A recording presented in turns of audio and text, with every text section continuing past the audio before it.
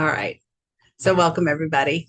This is Alabama's Good Trouble Lives On National Day of Action event. My name is Stephanie Butler, and I am the treasurer for the League of Women Voters of Alabama, and I am so pleased to be here with all of you. Tonight is July 17th, the anniversary of Congressman John Lewis's passing. And we're taking action across the country to defend our democracy and carry forward his legacy of good trouble. The League of Women Voters of Alabama, the NAACP Alabama Conference, the Black Voters Matter Fund Alabama, and the Southern Poverty Law Center Alabama are hosting this event to focus on the Alabama-specific threats caused by executive, DOJ, and congressional actions and the expected impact on the residents of Alabama. Thank you so much to the host organizations for bringing us together for this very important conversation. And thank you to everyone who is joining us online this evening. Watching the news can feel like drinking from a fire hose. Even for those of us who are way too online, as they say, it's really hard to keep up. There seems to be new legislation, court actions, and executive orders all the time, and it's hard to sort out what is real and what isn't. So today, this panel of experts will explain what's really going on in Alabama. We know you guys, our panelists, are working overtime these days to defend people and communities across Alabama, and we thank you for making the time to be in this space together to help us understand the implications of decisions that are being made by the people who have been elected to represent us. We have a lot to cover. So in the interest of time, I'm going to ask each of you to introduce yourselves. So I will call on you one at a time, and please tell us about your organization and your role in it. We will start with you, Sherry. My name is Sherry Bradley. I am the executive director for the Black Belt Unincorporated Wastewater Program. We refer to it as BBUWP, the acronym. BBUWP is a nonprofit 501c3 public charity private corporation. It was created out of need, and that need was to find the proper way to dispose of wastewater, getting raw, untreated sewage off the ground. That's what we do 24/7, install on-site septic tank system for those people who live out of reach, that's not in the city, that it's impossible to have city sewer because they love living the country life. So that's what we do. Thank you. Danny, will you introduce yourself and your organization? Yes, hey y'all, I'm Danny Parmar. I'm the executive director of Intoto Creative Arts. We are a community arts nonprofit based in Birmingham. We work with people who are navigating severe social or economic hardship. And we deliver a healing arts program to people who are coping with homelessness and poverty, to veterans, and to people who are in recovery from mental illness. We work with 5 community partner organizations here in Birmingham, meeting our clients where they're already receiving other support services. And our mission is to facilitate expression, connection, and healing through the arts. So we provide a year-round community-based classes at each of our partner orgs, and we also produce a handful of community events every year that are open to the public, where artists get to showcase their work and even earn income through their creativity. So yeah, the heart of our work is our reverence for the power of the arts to transform lives and to strengthen communities. And we believe that all people deserve access to resources that support free expression. Thank you. Debbie, will you introduce yourself? Yeah, sure. Hey, y'all. I'm Debbie Smith. I'm the Cover Alabama campaign director at Alabama Arise. Alabama Arise is a statewide member organization advancing public policies to improve the lives of Alabamians marginalized by poverty. So we work on promoting policies for good at the state house in Montgomery, as well at the federal level. So some of the policies that we work on our Medicaid expansion, protecting and expanding Medicaid. That's my main job as the Cover Alabama campaign director. But we also work on issues like protecting SNAP, which I'll also be talking about tonight, criminal justice reform, voting rights, public transportation access, housing access. So thank you so much for having me tonight. Thank you. And Brock, will you introduce yourself? Yes. My organization is the Southern Poverty Law Center, and we are a nonprofit legal advocacy organization that fights hate and bigotry and seeks justice for the most vulnerable through litigation, education, and advocacy. And Southern Poverty Law Center, or SPLC, works across the South to advance civil rights and dismantle systemic oppression. As for my role, I'm a senior staff attorney at the Southern Poverty Law Center, where I challenge classroom censorship, and I represent families and students facing discrimination and unjust separation. Thank you. Thank you very much. Welcome to all of you. We're so glad you're here. We'll get right into it. The Trump administration has implemented some very real federal funding cuts in the name of government efficiency. And of course, H.R. 1 recently passed.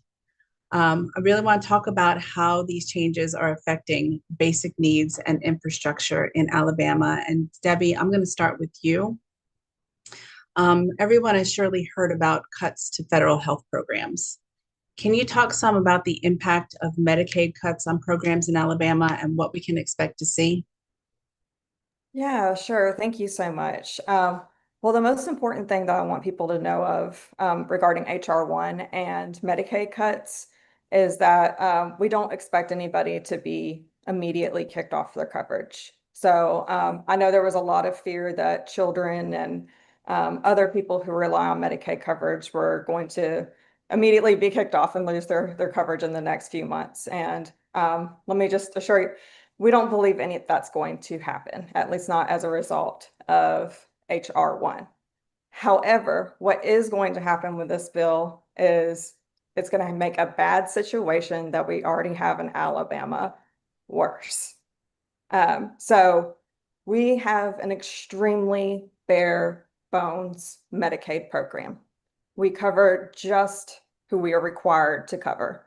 So that includes children, pregnant women, disabled people, seniors, some of the most vulnerable members of our population. What we have failed to do for the last 15 years since it has been an option is to expand Medicaid to low-income adults who can't afford health insurance through the marketplace and make too much for Medicaid as it currently is. So we were already in dire straits, having about 200,000 people in the coverage gap who couldn't afford health coverage, who just had no option to get health coverage. And that already put our healthcare system under great strain. We have 20 hospitals that are at immediate risk of closure. We have the highest maternal mortality rate, with maternal labor units and labor and delivery units closing throughout the state. So all that to say, things were already bad in Alabama. And what H.R. 1 did was made it a lot less likely that we can fix those problems. So they took away some funding for us to expand Medicaid in the future, and also added disincentives for us to expand Medicaid. So it's going to be a lot more difficult for us to improve our already dire situation. In the last couple of sessions, it seemed like there was a couple of glimmers of hope that they were actually having conversations about expanding it. Yes. And I know that was one of Alabama Rise's big initiatives, and it just feels like there's no chance anymore. I mean, is that reasonable to feel that way? I won't say there's no chance. I will say it's going to be more difficult. Okay. So under the Biden administration and the American Rescue Plan Act, there was an additional incentive of $619 million that we would have gotten for Medicaid expansion to help pay for the first first 2 years of Medicaid expansion. Under H.R. 1, that funding is now gone. So we would more than likely need to find some sort of revenue source in order to expand Medicaid at this point. And that may be extremely challenging given all the other cuts that are coming to programs like SNAP. And I want to touch on something else you mentioned, the hospital closures. I mean, Alabama senators were celebrating something called the Rural Health Transformation Program, and it was $50 billion that's going to save our rural hospitals. Can you sort this out for us? I mean, is that going to save our rural hospitals, or is there still a threat? No. It's not going to save our hospitals. That $50 billion is spread out over 5 years between 50 states. That's going to actually end up being about $500 million for the state of Alabama. We've heard through the grapevine that this will really only help our hospitals survive for an additional 2 years, if that. So it's really like putting a Band-Aid on a gushing wound for us. I really don't see it helping all that much when they're really promoting that. Kind of need to roll your eyes at them. Okay. Brock, I'm going to go to you now. There's some other federal programs that we're just that just seem to be completely closing down. The Peace Corps supposedly just restructured, but I personally know young people that lost their placements for the summer. The program called AmeriCorps has had a massive scale back, and I know a lot of our nonprofits depend on people coming to work for them through AmeriCorps. But we also have Job Corps that's set to close completely at the end of June. And I know it's barely hanging on right now due to court orders. But can you talk about what the Job Corps program does in Alabama, and what do we stand to lose if that program goes away? Absolutely. Job Corps was established by Congress in 1964 under the Economic Opportunity Act to provide free education and vocational training to low-income young people ages 16 to 24 who are facing employment barriers. Now, many of these young people are facing homelessness or they are being dehoused. Now, Job Corps offers for those young people, it offers on-site housing, a living allowance, medical, dental, and mental health services alongside career training in industries from construction to culinary arts. But on May 29th of this year, the Department of Labor announced suspension of all 99 contractor-operated Job Corps centers, ordering closures by June 30th, despite congressional mandates to keep the centers open. Now, there has been by SPLC and the Public Citizen Litigation Group, there's been a nationwide class action lawsuit. It was filed by 7 Job Corps students who offered to be plaintiffs to compel the Department of Labor to reverse these cruel and unlawful closures and restore these vital services. Now, for Alabama hosts 2 major Job Corps centers, Montgomery Job Corps Center and Gadsden Job Corps Center. And these centers serve hundreds of at-risk youth each year. And so they've already started shutting them down. My understanding is they've almost completely shut down. And these closures are going to immediately displace students from their housing and cut off their access to healthcare. And also it halts training that's critical for these young people and their transition to stable employment. Thank you. And Sherry, you work in a specific region of the state, the Black Belt, and I would hope most Alabamians have heard about the lack of basic wastewater infrastructure in the region, but I see that we have a lot of out-of-state people joining us on the call tonight. So give us some background. Why are these communities missing something as basic as residential sewer lines, and how does it impact the people who live there? Well, to tell you the truth, when I worked for the State Department of Public Health, I never thought raw sewage was on the ground. I would hear about it. I'm going like, that's not possible. Got up from my desk, went out in the field, raw, untreated sewage everywhere. There was a gentleman that came down from New York, and he said that Lowndes County was like a third world country. That made me fighting mad enough to do something. That's what started the BBWP. But you have two things that will never change: the type soil in the Black Belt, and there are certain counties that's called Black Belt. That's the name of the soil, Black Belt soil. That soil will never change. It doesn't take in liquid well, so it's not good for septic tank system, regular septic tank system. And then you have poverty. To afford such a system that will work, you're talking about a minimum of $28,000. And you're talking that to someone, and you're saying that to someone that makes maybe anywhere from $10,000 a year, maybe to $40,000. And that's 28,000 per home. Pardon me? Is that 28,000 per home to fix it? Yes, at least $28,000 per home. Now you're looking at three different types of systems that we install. Conventional system, when we find good soil, that's not a problem. That's maybe an $18,000 to $20,000 system. But when you have terrible soil, that takes an engineered design system. That's why it's $28,000. What we have been doing lately, what BBWP has been doing lately, is visiting other states. Went to Alaska. Dr. White and I went to Alaska. We came back with a system that's called an effluent discharge system. First of its kind.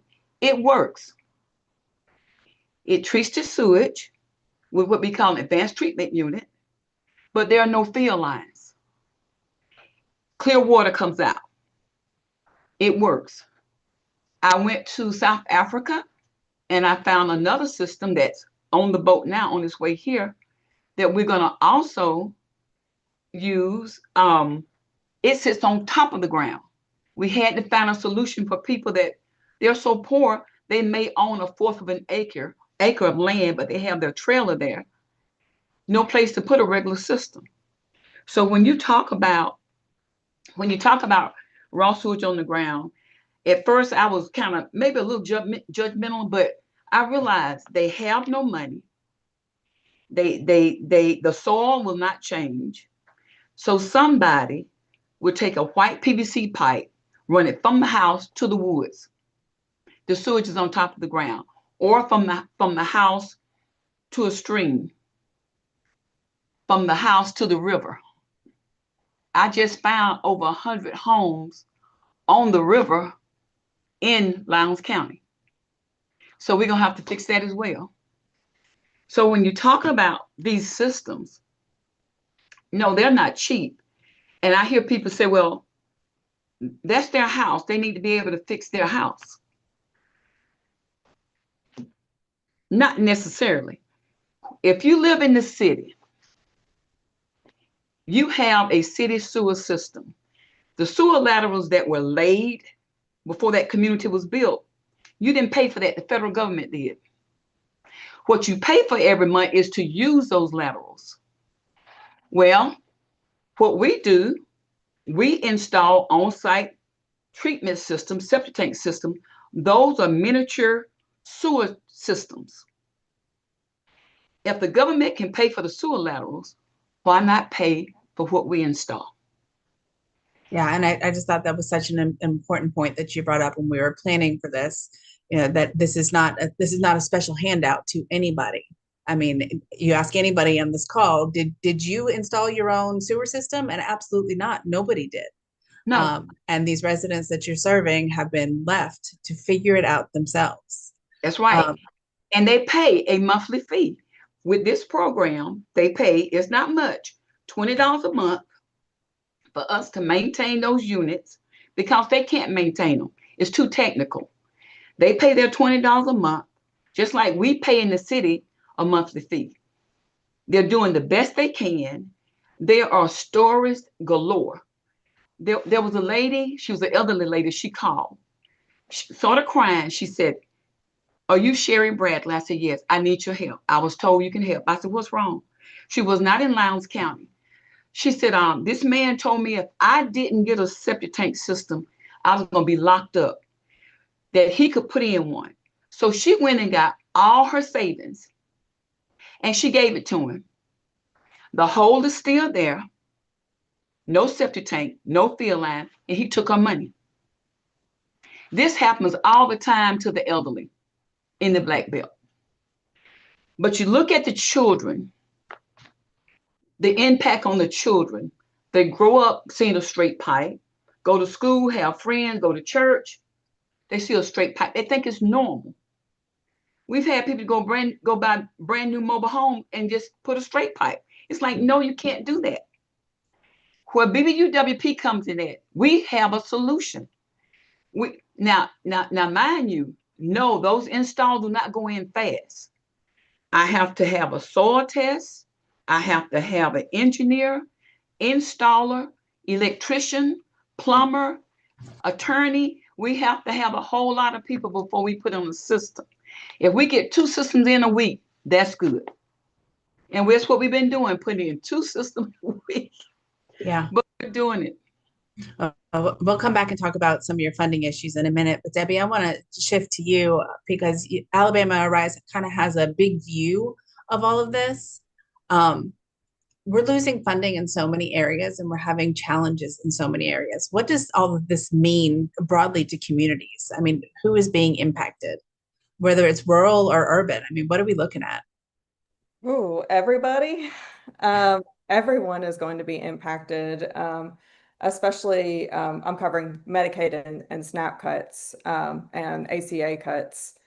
Rural and communities in particular, as far as the healthcare cuts, are really going to be impacted. We have about 20 hospitals, rural hospitals, that are at risk of immediately closing. And I think people hear that and they're like, a hospital closing, like, but sometimes it can just be like, oh, well, that's out there. I don't have to worry about that. But when people lose their hospitals, that also like caves in the whole community. The hospital is usually the biggest employer in the area.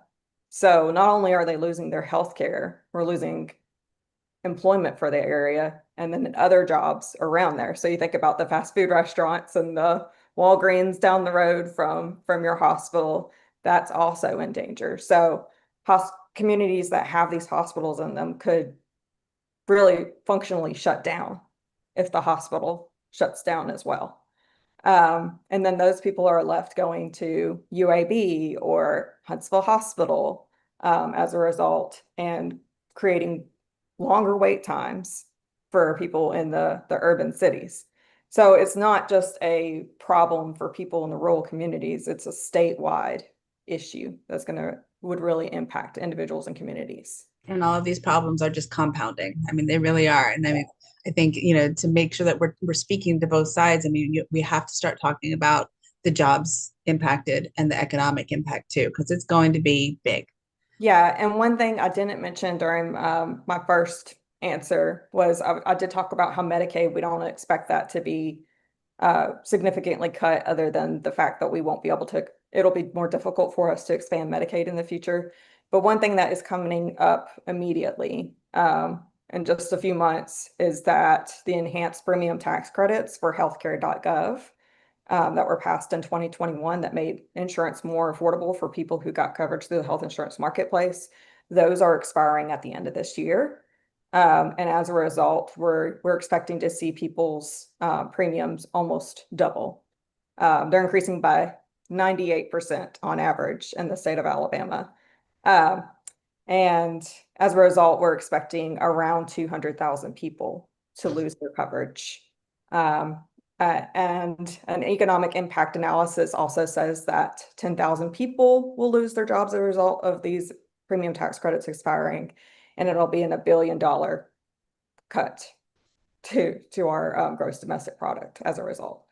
So this is going to be huge. It's going to increase our uninsured rate by 45%, more than likely. If Congress still has a chance to go back and fix this and extend the enhanced premium tax credits, but the fact that they didn't include it in HR 1 does not look good for it. This is, people will start to enroll in this coverage November 1st. That's just right around the corner. Yeah, and I'm really glad you brought it up because it's something that hasn't gotten a lot of attention. There's been a lot of talk about rural hospitals. There's been a lot of talk about Medicaid, but people are not talking about the impact on the healthcare marketplace. And I mean, that really is at risk. I mean, people who currently can afford coverage through the ACA are, there's a very good chance they're not going to be able to afford that coverage anymore. We're going to go back to large uninsured populations. Yeah, we almost doubled the amount of people who were able to afford insurance through the health insurance marketplace in Alabama over the last couple of years as a result of those enhanced premium tax credits. And it really lowered the amount of people who were in the coverage gap as well, because people who were closer to the poverty line, who would qualify for Medicaid in other states, they were able to get marketplace insurance coverage for basically for free here. And that opportunity is about to go away. So we're about to see a lot more people in the coverage gap again, exacerbating all the healthcare issues that we already have in our state. Yeah, it's a lot. Danny, In Toto works with these impacted populations. You really see how all of this plays out in people's lives. Can you speak to broadly what is happening or what will happen to the people in our communities? Like, where do they turn when multiple safety nets are unraveling at once? Yeah, to be honest, I'm really, really concerned about the people that we work with. It's a really vulnerable situation especially for someone who's already sort of like on the edge of stability, to suddenly face even more barriers to just basic care, healthcare, food, mental health support, even access to stabilizing programs like In Toto. So where are they supposed to turn? The people we work with are navigating like disabilities, addiction, PTSD, and trauma, all kinds of really, really difficult things. And when just one support layer dissolves, there can be this like snowballing effect. But for multiple layers to disappear at once, that feels like we're going to have a lot of people in crisis. And I think it's going to put enormous strain on these already overburdened public systems, emergency rooms, crisis centers, shelters, outreach teams. So I think the grassroots, like community-based organizations like In Toto are going to have so much more need and so much more demand, but it's just like we're all underfunded and understaffed, and we're just asked to take care of more people with less money. So I think it has the potential to be really, really devastating. And my fear is that people are going to literally slip through the cracks. We're going to lose people. And, other speakers have been talking about things that feel like they're critical life-sustaining programs. But I mean, we invited you to come speak about the arts and culture because we absolutely believe that it is essential for healthy communities. Can you talk about why it is important for arts funding to be part of this conversation? And what do we stand to lose when we lose arts and culture funding and support in our communities? Yeah, and I really want to thank you guys, all the organizers, for recognizing that the arts is very much a critical part of this conversation. We see the arts on the chopping block first, time and time again, and it's often labeled as non-essential, optional, luxury. But the arts are really the center of a community. They hold us together. They hold our cultures together emotionally, economically.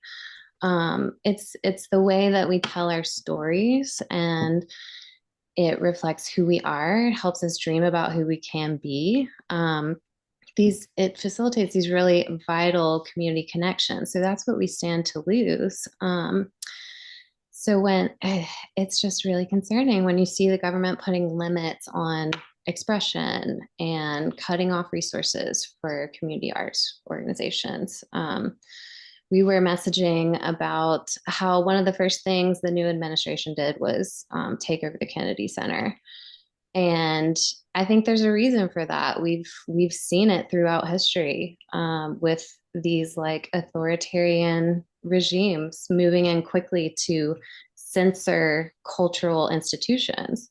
And it's an attempt to take over the narrative, I think, so that they can reflect their own ideologies and they can tell us what we're allowed to show, whose voices are allowed to be heard, and who's going to be silenced.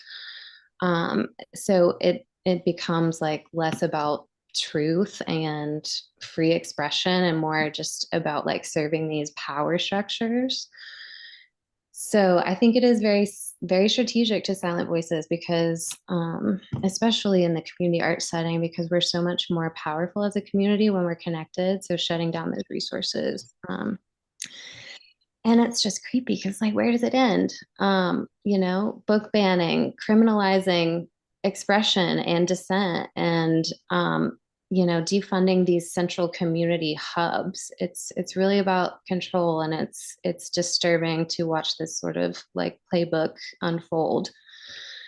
So yeah, what we stand to lose is just, oh, sorry, go ahead. No, go ahead. Yeah, I think what we stand to lose is just these spaces where we have outlets to process what we're going through. And when we don't have an outlet, that's going to present through isolation, depression, aggression, violence. We need these ways to process what we're going through. And just beyond that, communities that have a strong support for the arts are healthier and more resilient and more innovative and more economically advanced, and they're less reliant on social services. And I did a little bit of homework, just to be able to appeal to people from all different angles on what the arts sector does for the Alabama economy broadly. It attracts tourism, expands our workforce, expands our tax base, and some data I pulled from 2022, it was a $6.4 billion industry sector in the state. And that's 2.1%, 2.25% of the state's GDP, which is not nothing. I mean, if it just evaporates, it's a big deal, and it's lots of jobs. And it really impacts our communities. I mean, there's a reason our communities invest in libraries and museums and theaters and ballets. It's because it's healthy for the community. Right. And it's a nonpartisan issue. Like, Americans support the arts as a whole. It's really not the will of the people to defund these programs. And Brock, I'm going to turn to you and talk a little bit about this in education, because $6 billion in federal grants to schools has been halted. It's currently a temporary halt, but this does include money for arts enrichment, intervention programs, professional development for our teachers, technology, and very crucially, funding for after school and summer programs across the state. And really feels like these dollars touch most families in the state. And my own Alabama legislator claims these programs need to be reviewed because they're full of waste and abuse. But on the flip side, Senator Britt just signed on to a letter asking the administration to release these funds. So what's going on here?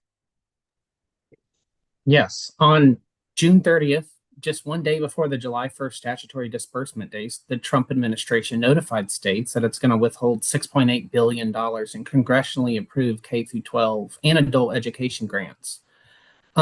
Now, a coalition of 24 states plus DC filed suit in federal court in Rhode Island on July 14th, arguing that the freeze violates Congress's exclusive power of the purse, that it violates federal administration law, and also the Impoundment Control Act. So there is that lawsuit that's happening right now. So that was a Democratic-led lawsuit. There also is more than 100 House Democrats and even a rare group of 10 GOP senators. They've publicly urged immediate release of the funds. And they have been warning, I think everyone is warning of chaos for school budgets and services. Some of the key grant programs on hold are migrant education. You mentioned a lot of these: professional development for educators, English language acquisition, student support and academic enrichment, after school and summer learning, like you mentioned, adult education and literacy. So like together, these formula grants, they serve the highest need students, migrant children, English learners, especially rural and high poverty districts. They fund teacher training, mental health supports, and expanded learning opportunities. So this Alabama is a state with a lot of rural and high poverty districts. And so Alabama is particularly impacted. Even our state superintendent, Eric Mackey, has warned that this cut is going to affect students with the greatest needs. So, I mean, so even if our state superintendent is saying this, you know, it must be bad coming even from the Trump administration. Yeah. And so like, I just can't imagine the disruption. A lot of schools have already passed their budgets relying on these funds. They passed them in the spring many times. So it's just across the board devastating. Since this is John Lewis call to action, I think like what it means for us is for anybody is community mobilization, attending school board meetings, being loud and joining PTAs. It's good if nonprofits can even just documenting and publicizing any local disruptions, feed stories into the media, town halls, social media campaigns, organizing peaceful demonstrations, especially outside local federal offices. And I think empowering like teachers and students too, as someone who works with teachers and students all the time, it's hard getting teachers to, you know, some of them have mouths to feed, right? They can't lose their jobs. But anytime there is a teacher or students that are willing to speak out, I mean, I always say like gather around those teachers and students and uplift their voices as much as possible. I mean, a part of my job, I'm an attorney, but like anytime students are ready to like talk and be loud, like I want to be there to support them. And just using a quote from John Lewis, he says, when bad things happen in our country, good people must get in the way. Good trouble, necessary trouble. So in terms of what's happening to our schools, we have to do something. And Danny, I just want to come back to you for a second because, you know, we're talking about these big systemic issues, but when we were preparing for this panel, your description of how the loss of federal funding causes the whole system of financial support to deteriorate was really clarifying. And it's been the same story of system failures across all sectors, but your example was really easy to wrap my head around. And maybe it's because we're talking about smaller dollars and fewer funding channels. Do you mind describing the federal funding cuts you've experienced and how that connects to state level funding cuts and even to private foundation funding cuts? Sure. So we were rescinded a very large award from the NEA, the National Endowment for the Arts. It was a grant that we were awarded under the Biden administration. It was promised and publicized. It was a sure thing. We were waiting on the money, meanwhile, spending that money. And then in May, we were told, just kidding, that's not ever you're never gonna see that.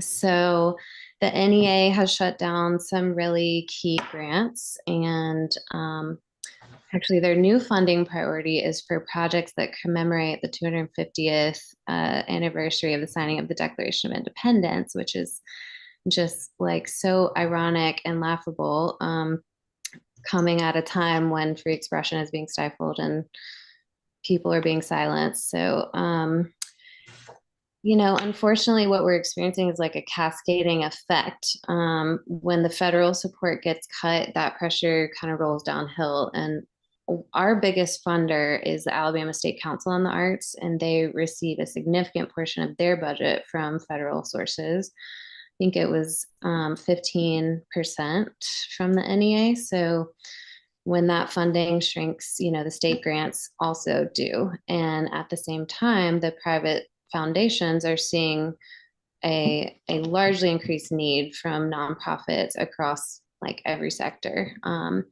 And they're kind of being asked to fill this gap, but it's just too big to cover. And we're also seeing a lot of foundations shifting their focus areas to areas that they feel are more essential, which are also very important. But yeah, it's been a really tough year for fundraising. Sorry, got chat all over the place. I appreciate y'all engaging. Sherry, I'm going to come back to you because you also, you know, some of these other programs are big federal programs, but yours is funding for a very specific thing. Can you talk a little bit about the impacts of the federal changes to your funding? What has happened? Yes, the grant that was terminated was the US EPA Community Change Grant, That was a $14 million grant. BBWP was the recipient of that grant under Texas A&M. We were just getting ready to expand to other counties, Wilcox County, Hale County. But I also had an ARPA grant that was going to go to 11 counties. So we were expanding. Now everything is on hold. We say on hold because the grant is being looked at by a federal judge. So we'll see. But the people are devastated. It's almost like they feel like some resentment really towards me. They think it's a joke. I know we're not kidding. We were going to put in you a free system. So it hurt their feelings. And did they give you a reason? I mean, is there a reason why this program is threatened to be eliminated? Well, at first, the language was sent to us to change, to pull out of the grant. And here are the words we want you to replace them with. Words we pulled out was like poverty, injustice, black belt. That's so absurd. I mean, you are serving people in poverty in the black belt, and that all needs to come out of your application. Take the words out, put in the words that were given to us, and they still terminated the grant. They said it was part of demonstrating, what's the word to use, DMI or something like that. It's sad. I was shocked. I didn't believe it. Debbie, I'm going to come back to you and talk a little bit about food insecurity. Our service providers are claiming that they are expecting demand to increase and funding to go down. And we're looking at HR1 cuts in the billions of dollars from SNAP. Can you talk a little bit about that funding? Yeah, I'm really worried about the SNAP program in Alabama and our ability to fund it in the future, just to be completely honest with you. Until this bill was passed, Alabama only fiscal responsibility for the SNAP program was to pay 50% of the administrative cost of the program. And after the passage of this law, that is going up to 75%. So that means we're going to need to find an additional $35 million during the next legislative session to administer the SNAP/food stamps program.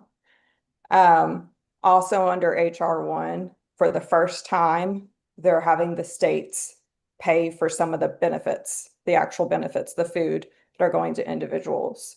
And it's based on an error rate. I would say it's really, really wonky stuff. But the number that they came up with is $172 million that the state will be responsible for coming up with during our 2027 session.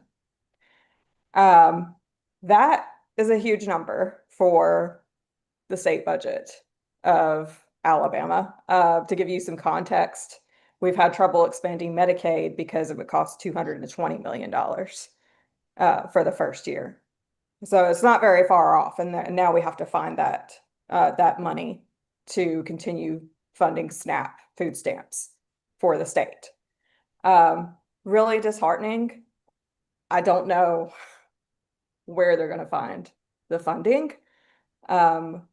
There are some talks about them cutting people off the program or cutting certain, like not allowing soda and candy to be paid for with SNAP dollars as a way to reduce the amount that the state spends on food stamps. So right. That'll come up with $200 million. Yeah, that's not going to do anything. That'll barely dent it, to be honest with you. So it's really concerning. So those things combined with having to find, an extra $172 million to pay for SNAP, along with the cuts that we're having to the Affordable Care Act and some changes to Medicaid, it's all going to add up very quickly and it's going to make it very difficult for our legislature to fund the general fund. Yeah, And I mean, you've brought it up a couple of times. I mean, the Trump administration claims that their policies are about shifting responsibility back to the states. But I mean, based on the numbers that just you are throwing out, I mean, it seems like it's impossible for these federal funding deficits to be backstopped through state and local dollars. I don't see it, not without, what's going to happen is people are going to be cut from the program, or they're going to have to raise taxes somewhere. There's no way around it. There's also the possibility that we could choose not to participate in the SNAP or food stamp program, meaning the program would end in Alabama. I hope and pray that that's not the case, but that there is the potential for that as well. I think more than likely it'll be just stricter eligibility requirements, stricter limits on food. Okay. Brock, I'm going to come to you, and I'm going to totally switch topics because it's something we haven't touched on yet. I want to talk a little bit about what's going on in the Justice Department. The changes that we've seen, like, they really feel transformative for things like public integrity, election security. But I want to ask you a little bit about civil rights enforcement. It feels like the Civil Rights Division has really been gutted and shifted focus away from anti-discrimination enforcement, and even turned the Civil Rights Act prohibitions on their head by using them to go after DEI measures that the Trump administration finds objectionable. What does all of this mean for a regular person in Alabama? How are they going to see and feel the impacts of these changes? Yes. Yes, I have friends who work at the DOJ, and they call me and they're absolutely devastated. The staff, the Trump administration is purging a lot of the very good attorneys.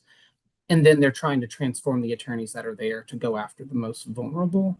And also, career U.S. attorneys and senior Department of Justice officials are being replaced with political appointees who are only loyal to the president, not to the rule of law. So just think any investigations into official misconduct or election interference to executive branch abuses, they're all going to be stalled or dropped outright. Even in Alabama, federal courts, civil rights and public corruption cases, they're going to face delays or lighter enforcement. It's going to completely erode the public's trust in equal justice under the law, which should be applied to every community. Even just think of what happened regarding voting with the DOJ last September and October, whenever Alabama put in that last minute program to inactivate or threaten to remove thousands of eligible voters. Just a month and a half before the election during the quiet period. And so the DOJ filed a lawsuit in that case. And then now that Trump administration is in place, of course, they've dropped that lawsuit. And certainly that's not going to happen if, something happens again. I'd be shocked, right, if the DOJ were to step in and do the right thing now with the current makeup of the Department of Justice. Because this current DOJ has completely signaled it will deprioritize the Voting Rights Act and fair housing suits. It's going to seek minimal sentences for, violations of civil rights violations. Even just one of the cops who shot and killed Breonna Taylor, who was looking at, I think it was like 2 decades, maybe in prison. The DOJ just suggested a 1-day sentence for that police officer. This just happened, I think, in the past week. So clearly, Black and marginalized communities in Birmingham, Montgomery, Selma, rural counties, they're at risk of having their discrimination complaints go completely unheard of, and fewer, if any, investigations into policing practices or election law violations.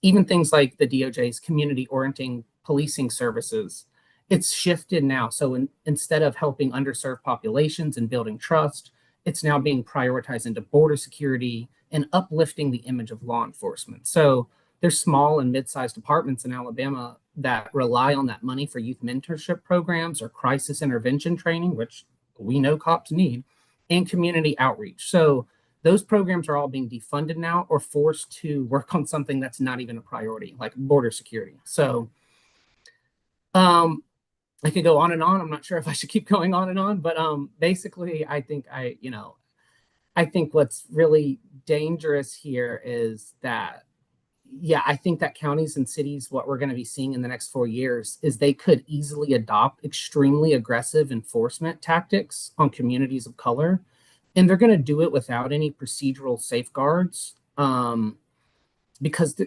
DOJ won't be there to stop them, and the DOJ might be there encouraging them. So it's up to organizations like SPLC and other organizations to, bring civil rights suits. And but there's only so much that can be done. So sorry to end on that note. No, I mean, it's really important. I think that this is another area that people don't understand how many ways things like the Justice Department and the Civil Rights Division were influential on everyday lives in Alabama and local policy even. So I think it's really important. We do need to talk about people specifically. And Sherry, I'm going to start with you on this question, but I'm going to circle around to everybody. Can you talk a little bit about the real people and the real lives that are being impacted? Just share a story of a client that really sticks with you. That when it rains, for someone with an improper wastewater disposal system, psychologically, everyone stopped using the bathroom. They'll go to someone else that has a working system, but they will not use the bathroom when it rains. And the kids, to this day, where we have put in a system that works, even when it rains, they're scared to use it. That's sad. That's sad. Danny, can you talk to us about one of your clients? Sure. I wanted to tell you about Juan, and I can use his real name because he is a big supporter of Intoto and loves sharing his story. He came to our program through the Firehouse Shelter for Men here in Birmingham. He was with his brother. He was the main primary caretaker for his brother, who had a pretty severe disability. They were really down and out, struggling when they came to us, addiction, mental health, homelessness. And Juan was absolutely ecstatic to learn about our program. He became a regular in our classes. He was an artist.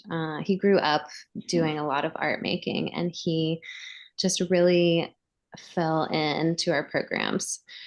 And he didn't have any supplies or a place to keep his art or a place to work, but we got to watch as he just rediscovered his creative side and just watched this joy return to him. And he ended up coming to our annual showcase, which is called Our Voices. He sold a painting and delivered the most incredible spoken word piece that just moved everyone in the audience so much. And he was just beaming with pride because he realized he had achieved a dream that he had had his whole life to become a professional artist.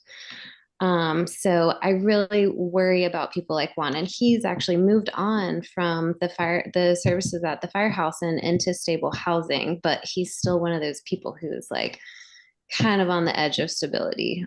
So these are some of the folks that I'm really worried about. Thank you. Debbie, do you mind sharing about one of your clients, something that's really just stuck with you? Yeah, sure. Well, we actually have Cover Alabama, the Protect and Expand Medicaid campaign.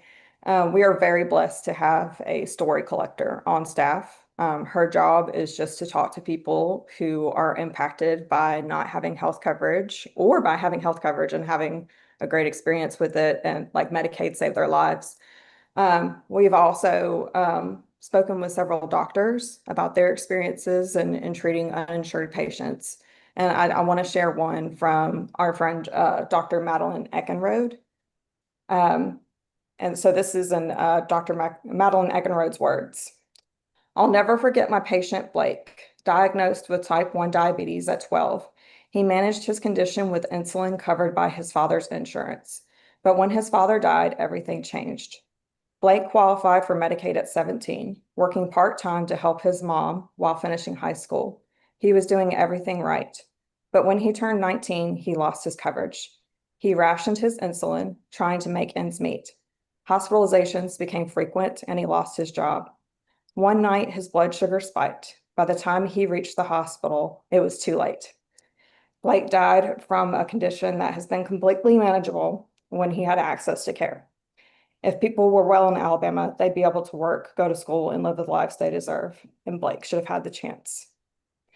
So when we're talking about healthcare coverage, we're not just talking about having access to insurance. We are talking about life and death. And I think people need to remember that. Thank you. And Brock. Sure. I won't mention any names because on my lawsuits we have protective orders for the children. But I will say that I have represented a lot of children who are many are Black and brown students who any little thing that might be considered disobedience or disrespect, they're getting pushed either completely out of the school, expelled, or pushed into alternative schools where they sit in a classroom with like 50 other students who are all Black and brown students. And they sit in front of a computer, and there's one instructor who doesn't really teach them, just kind of tells them to get on the computer and follow the online course. And that keeps happening more and more. And I'm like a little bit freaked out right now because with the funding, the billions of dollars that's being like ripped away, it's going to just only compound this issue. And teachers are going to have, and I think the schools do it, and I feel bad for many of the teachers, but because I'm sure the schools, they keep increasing class sizes. So if any kid is just, no patience and just boom, send them to the alternative school. Let's get the class down to now 39 students or 38 students by the more you push out. So, and we know how implicit bias works. And so we know who ends up getting pushed out, right?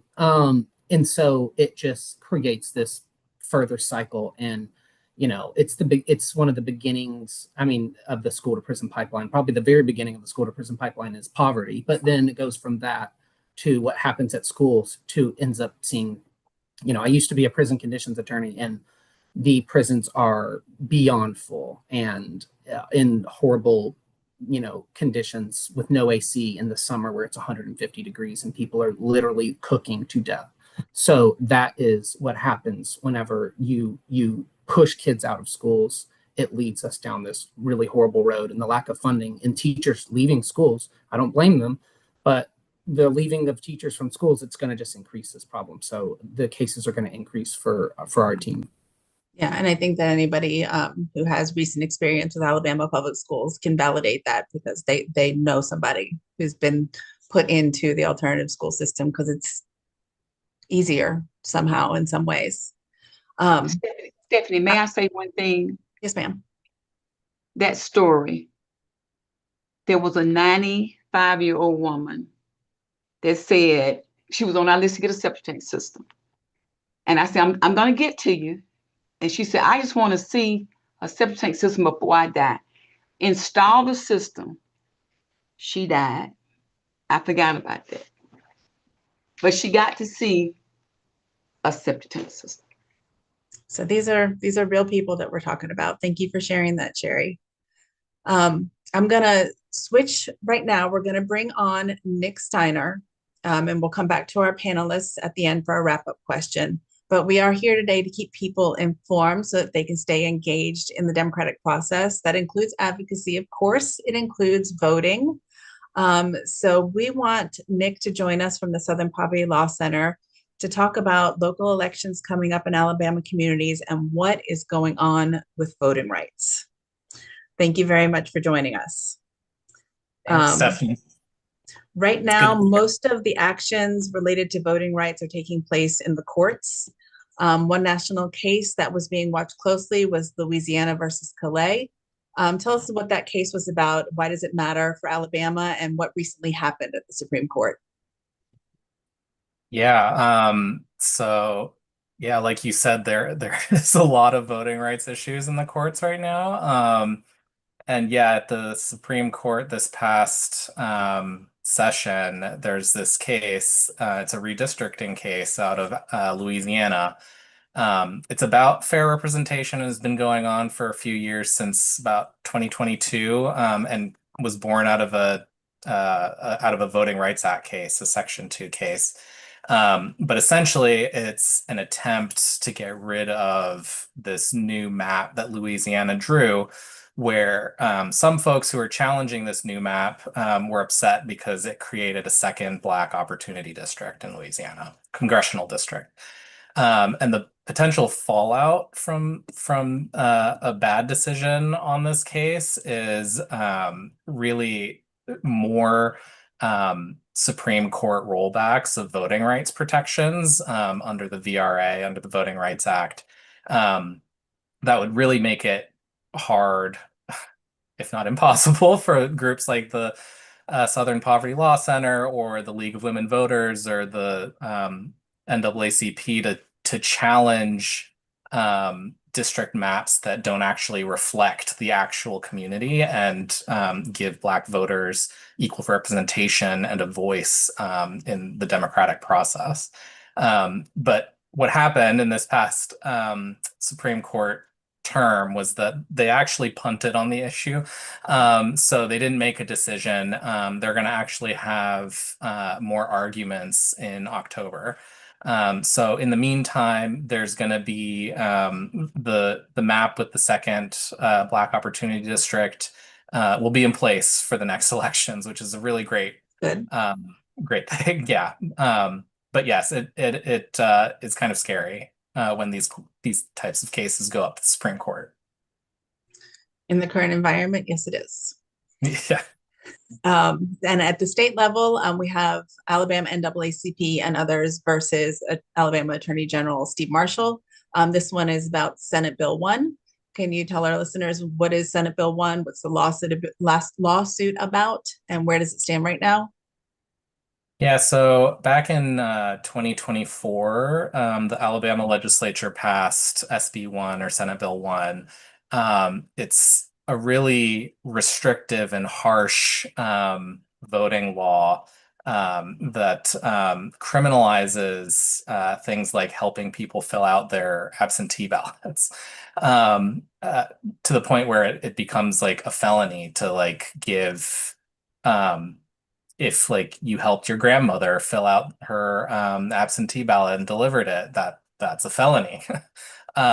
So directly following the passage of that law, groups, a lot of who are on this call, including the League of Women Voters, challenged it and were successful in getting what's called a preliminary injunction, or like an initial ruling on the lawfulness of SB 1, and blocked the law for blind, disabled, and illiterate voters. And so that preliminary injunction is in place, and it's currently actually on appeal to the 11th Circuit Court of Appeals. That's like one appellate court below the Supreme Court. So yeah, that there's going to be oral arguments in that case on September 16th of this year. I really encourage anyone and everyone who can make it to Atlanta to go, because it would be really great to pack that courtroom to show just how important a victory on this really is. So yes, if possible, go to Atlanta on before September 16th, but for the argument on September 16th. Yeah, I'm sure Southern Poverty Law Center, League of Alabama, and NAACP will send out action notices, and if you're at all available, it's worth the trip to see democracy in action. Yeah. I'd also love for you to share about national legislation. There's two competing bills. The League has been advocating for the John Lewis Voting Rights Advancement Act, called the VRAA. But more recently, we've heard a lot about the SAVE Act, which is the Safeguarding American Voter Eligibility Act. For those of us who pay attention to this stuff, our Republican congresspeople talk a lot about how the SAVE Act will protect elections. Can you talk about what the SAVE Act and VRAA are? What's the difference between them? Yeah, absolutely. So the SAVE Act is the attempt to make it to require basically documentary proof of citizenship in order to register to vote. And this has really major implications for a lot of people. For example, married people who changed their last name, for instance, their birth certificates might not match their current name. And so being able to prove who you are is extremely difficult. One way you could prove your identity is if you could afford a passport, but about half of American citizens don't have a passport, and passport possession drops considerably with income. Only 1 in 5 adults with a household income under $50,000 have a valid passport. And in Alabama, about 1.25 million women in Alabama don't have a birth certificate that matches their current legal name. So it has very significant impacts, and would prevent a lot of people from being able to vote. And on that note, Alabama Senator Katie Britt, she's been co-sponsoring a bill called the Citizen Ballot Protection Act. So just for folks' awareness that she's pushing that, which does similar things. So make sure you call her office a lot to tell her how you feel about that. But yeah, on the other hand, we have as you were describing, Stephanie, the John Lewis Voting Rights Advancement Act, which really is the other end of this and is extremely important to have passed, because it's what the whole point of it is to undo the rollbacks from the Supreme Court on our Voting Rights Act that was passed 60 years ago. And over the years, I mean, we've lost pre-clearance. There's like the Louisiana case that was up at the Supreme Court. There's the Section 2 piece of the Voting Rights Act that's at risk. And what the VRAA is seeking to do is to codify those protections and strengthen the VRA from all of these challenges. So it's a bill that is recognizing how fundamental voting is to our democracy, and how important the 1965 Voting Rights Act was when it was passed, and has been since it was passed, and how important it is to protect those rights. So as we're watching them piece by piece take apart the Voting Rights Act and all of our rights as citizens to be represented, and everybody's screaming, why doesn't somebody do something? This is the bill that does something to repair all of it. So if you're looking for something to champion and something to advocate for, the John Lewis Voting Rights Advancement Act, that's your thing. That's the thing to go for. Thank you for the update, and I'm going to bring everyone back together. Stay with us, Nick, for a final question, because I want to try to end here on a positive note, and I will give everybody a choice. I wanted to ask you to either share a recent win or bright spot, or offer your advice on how to stay engaged without burning out. So a recent win or bright spot, or how to stay engaged without burning out, because all of this has been very overwhelming. Danny, can I start with you? Sure. Yeah, it's hard to find the bright spots right now. I think for me, there's this really delicate balance between staying informed, staying aware, and doom scrolling and getting sucked into all the negativity. Which is going to burn us out so fast. I think we have to try to find a way to channel that into something else, something positive. And it really is my belief that what we put most of our focus on is what we see expanding. So we want to stay out of the zone of fear and anger and frustration as much as possible, and stay in the zone of like active manifestation and visionary thinking and gratitude.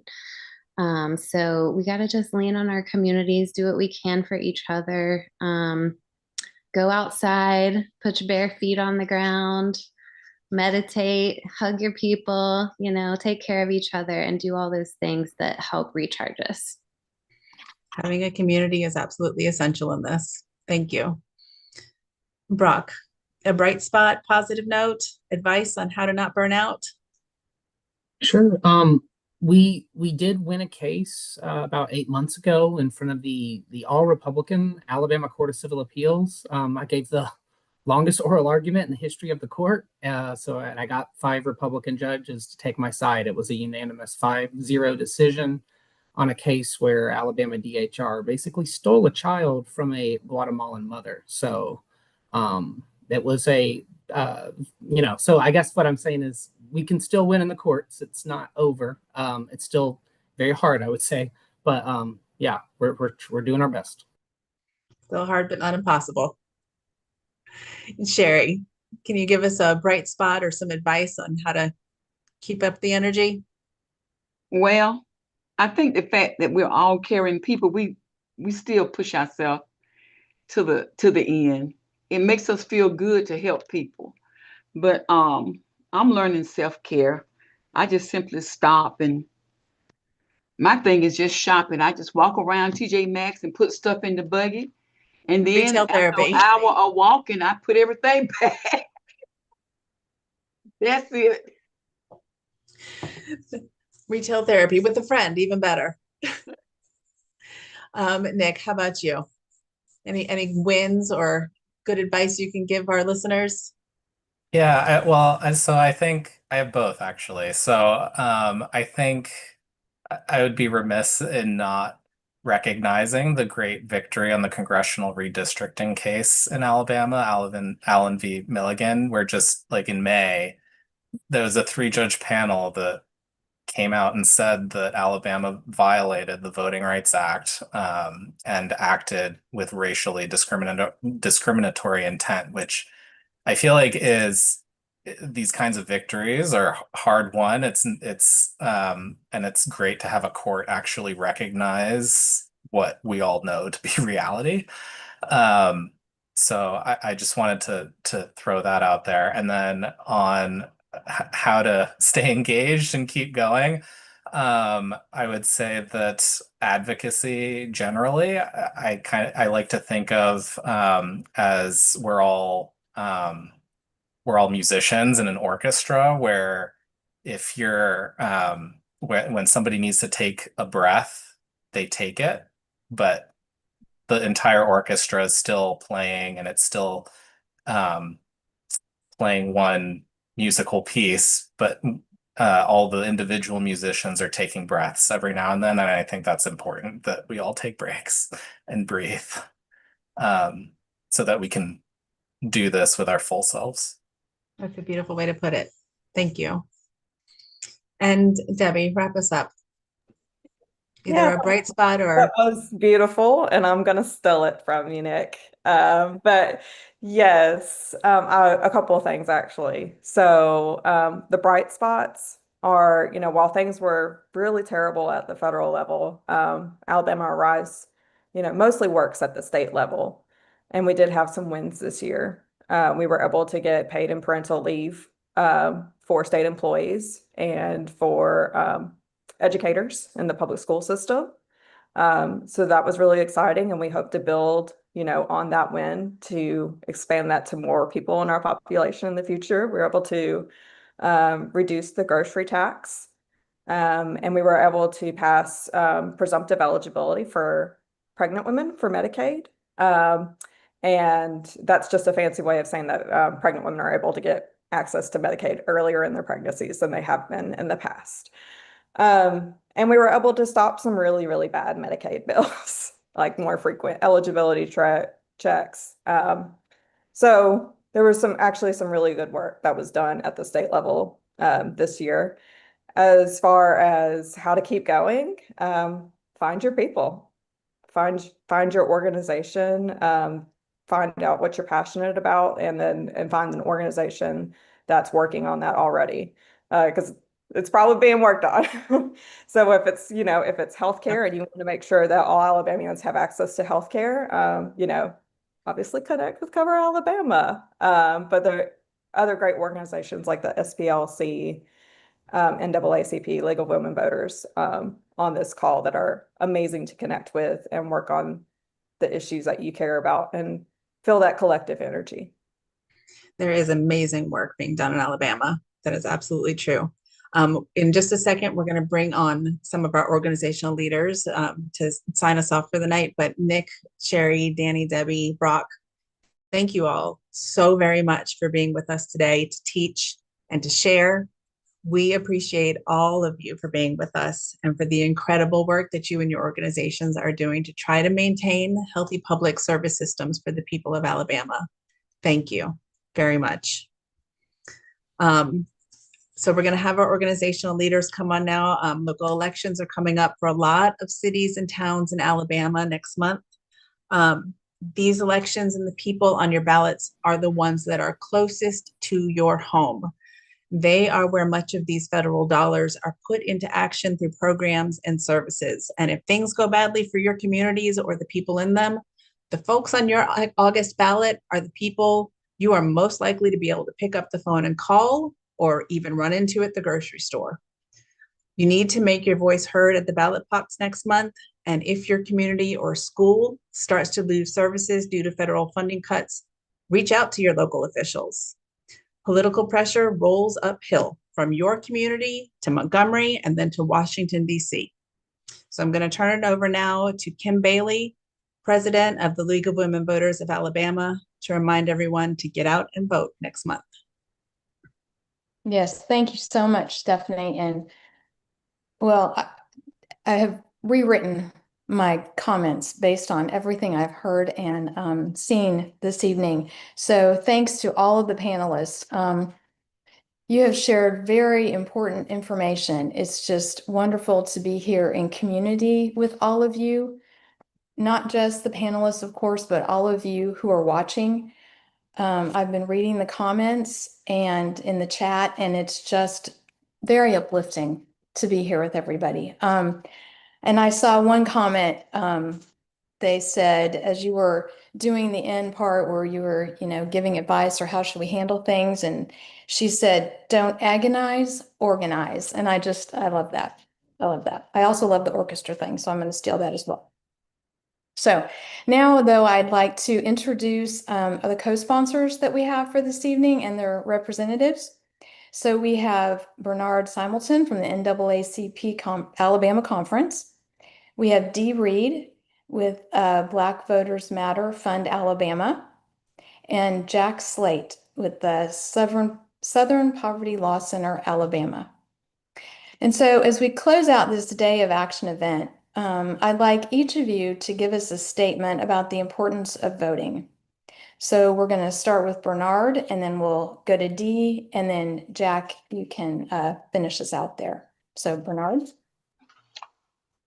Good evening, Kim, and everyone else that's on the call this evening. Let me first of all thank the League of Women Voters Alabama for putting this together, and all the panels that have spoken, panel members, and the panel members that will speak shortly, or the sponsors that will speak, co-sponsors that will speak shortly.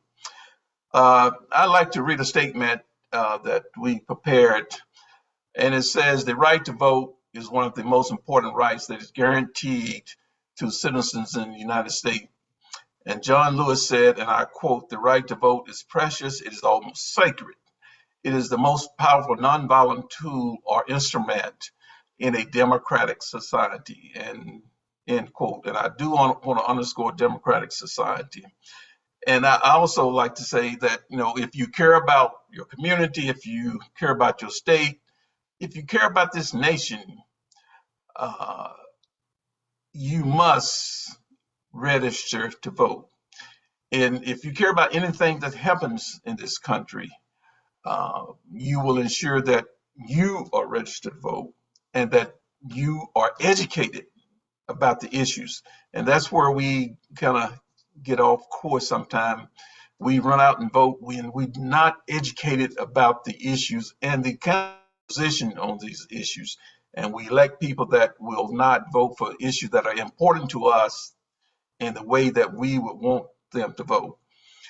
And that if your if you vote on election day, and finally, you will also hold those that are elected to those offices, you will hold them accountable and not let them off the hook say, well, I voted for them or not vote for them, and so I don't have a voice. But you still have a voice. You still must agitate.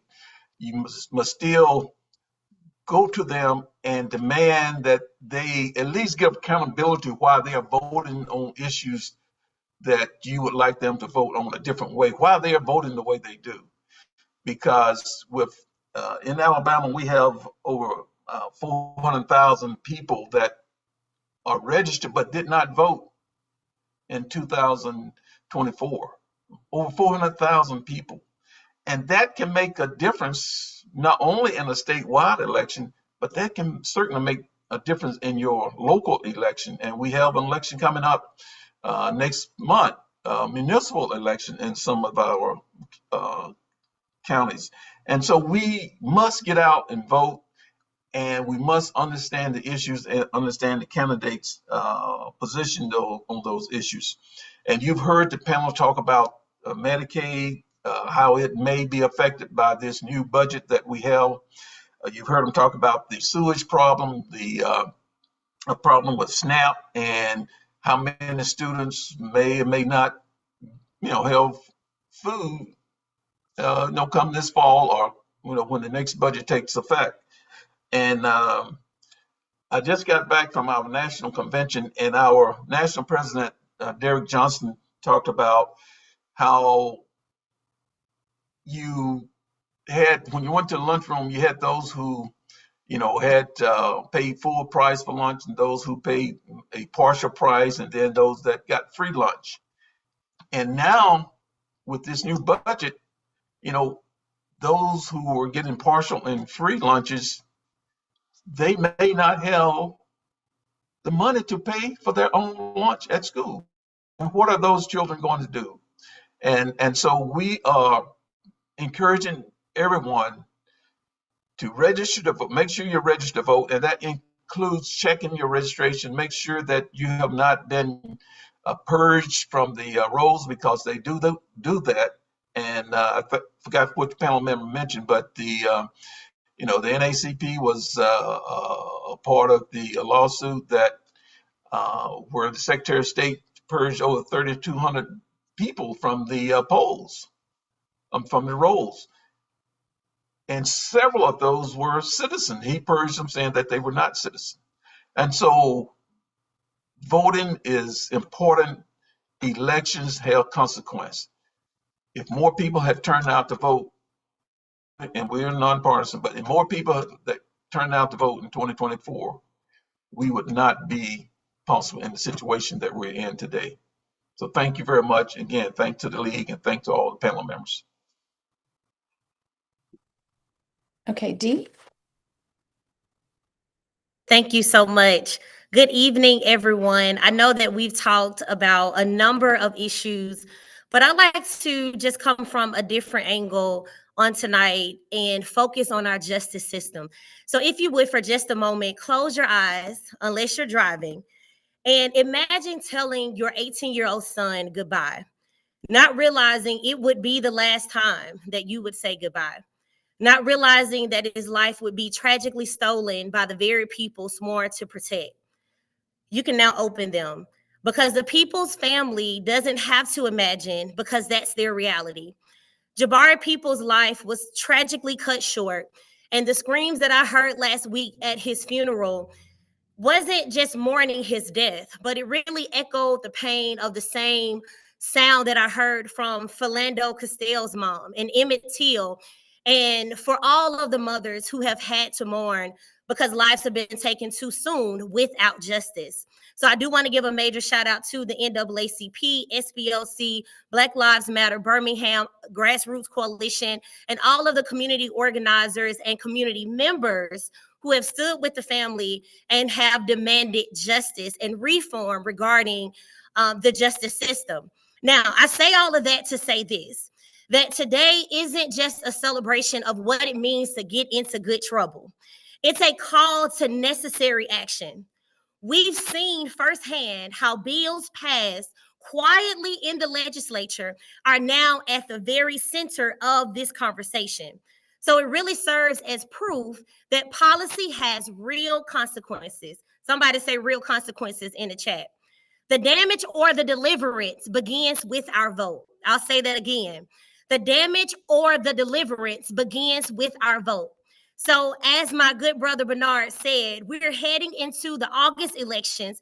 And let's be clear, our action is urgent. I just wrapped up a phone bank and canvassing training with about 20 community members over here on the west side of Birmingham. So, action is urgent.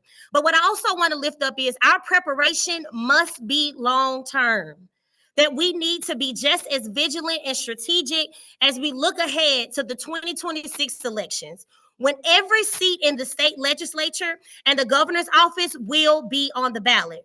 So as we reflect on the power of our vote, I want to challenge everybody, and we heard this earlier, don't just agonize, but to organize. Don't just vote, but organize. What does that mean, Dee?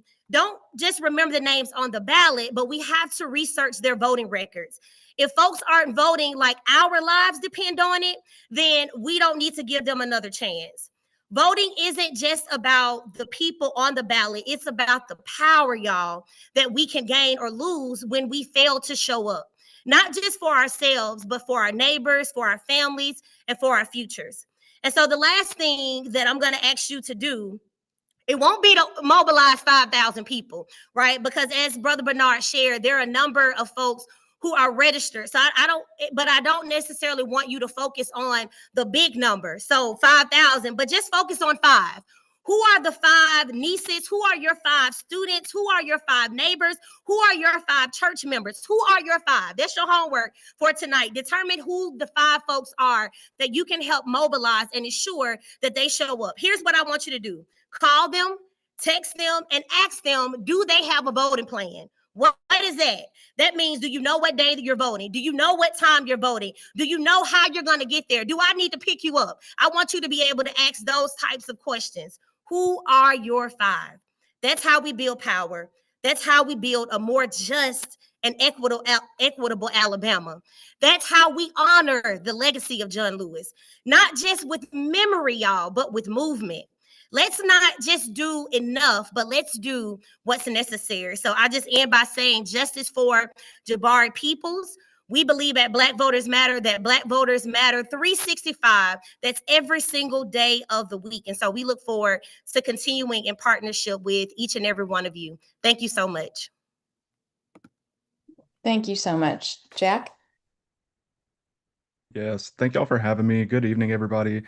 Um, I'll end us with some words and then also, of course, a quote from John Lewis. Every time we vote in a local election or when we encourage someone to vote or to run for something, we're shaping the future of our communities and the country.